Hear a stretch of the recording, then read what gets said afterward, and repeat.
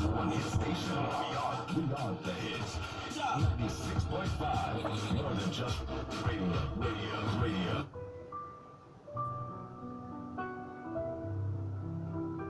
I don't know if you have experienced Yahweh's blessings, all of a sudden, like on a particular day, you don't have money, you don't have anything, all of a sudden, you got a testimony, like something happened that you can't really explain how it happened. Favor from nowhere, all of a sudden, I don't know if you have experienced such a thing.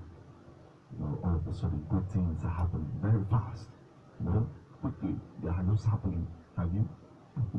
I have.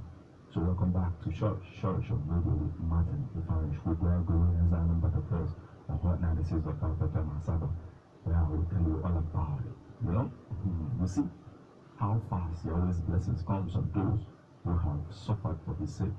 So his judgment comes on those that brings about this suffering. This suffering is on his people, those that things said about. The kingdom of darkness will always have one stupid reason for their actions and inactions, Someone who the Lord have placed in your care, in your hands, for help, will not be welcomed if you are not of the kingdom of love. And now, the kingdom of darkness will say, he looked so raggedy. I was scared of him, Yes, you are right. You are scared. You should be scared because people of the kingdom of darkness are always scared, But the people of the kingdom of Yahweh will be the ones to reach out to that one, even when he looks raggedy. Let me illustrate how much the kingdom of darkness have taken over our churches. I've heard that in the olden days, not just heard, I experienced it as well. That when you are stranded, that the church is one place you go to, and its gate is open for you to come in. It is even a place where you could rest for the night. It is even a place where once you don't have a place to lay your head, but maybe before you continue your journey, per se, I'm not saying that is the place where you sleep for the rest of your life, but the church is a place of refuge. That's the place where people run to when they are upset. That's a place people run to. I'm not just talking about refuge now in the sense of spiritual. You pray for the person and say, go. Paul prayed for people, but in the process, before he even started telling them about Jesus, he gave them food to eat. That's how a church is. I have a particular eyewitness report of a brother from another region. He visited Onisha, for example, and was stranded. He came close to Army Gate in Onisha, opposite the Army Gate. There are lots of churches around there. The church where he worships in his location is located right there in Army Gate. For example, this brother worships at Assemblies of God, for example, in Ogun State, for example, and he came to Onisha and was stranded. So he went to Assemblies of God at Army Gate and was rejected from his own church. As a matter of fact, all the churches opposite that Army Gate rejected the man.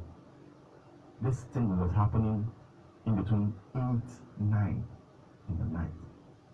As a child growing up, I know so many churches as a place where its gates is never locked. Even as people like late Reverend Father Ikobi was attacked by criminals those days inside the church. The church he was a parish priest, stayed open even after that event. The house where he stayed open. Those are the days when men of God know that who is protecting them is the Lord. It's not like today when men of God are walking around with mobile policemen.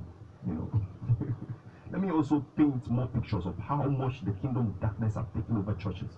Some pastors and priests of late, it became a trend for them to disguise themselves. I saw it on social media.